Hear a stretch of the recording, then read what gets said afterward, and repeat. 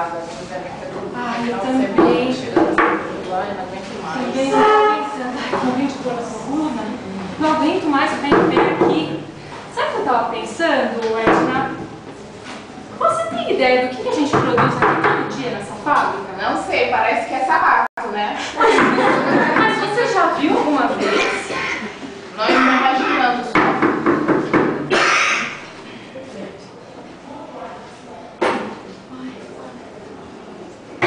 A esteira parou. Acho que quebrou. Vou dar uma sentadinha.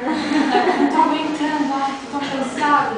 O que a senhora está fazendo sentada? Volte ao seu trabalho. Ah, desculpa, gerente. Aqui a esteira quebrou. Volte ao seu trabalho, aqui não vou dar de pensar, não. Seu gerente, o que eu tô pensando? Não, a senhora não pensa. Aqui a senhora não pensa, só trabalha. Volte ao seu trabalho agora. Poxa, só ia perguntar se é o que a gente faz aqui mesmo essa pauta.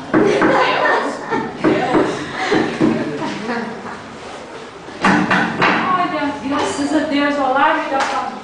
Vamos embora, acabou nosso expediente. Caramba, chegou agora, já tá querendo Ah, agora. graças a Deus. Andressa na minha sala.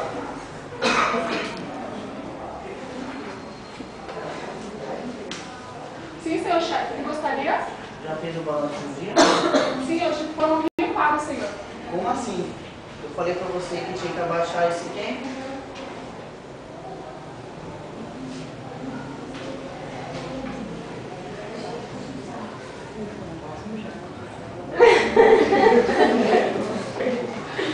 Ele tá perdido, tá?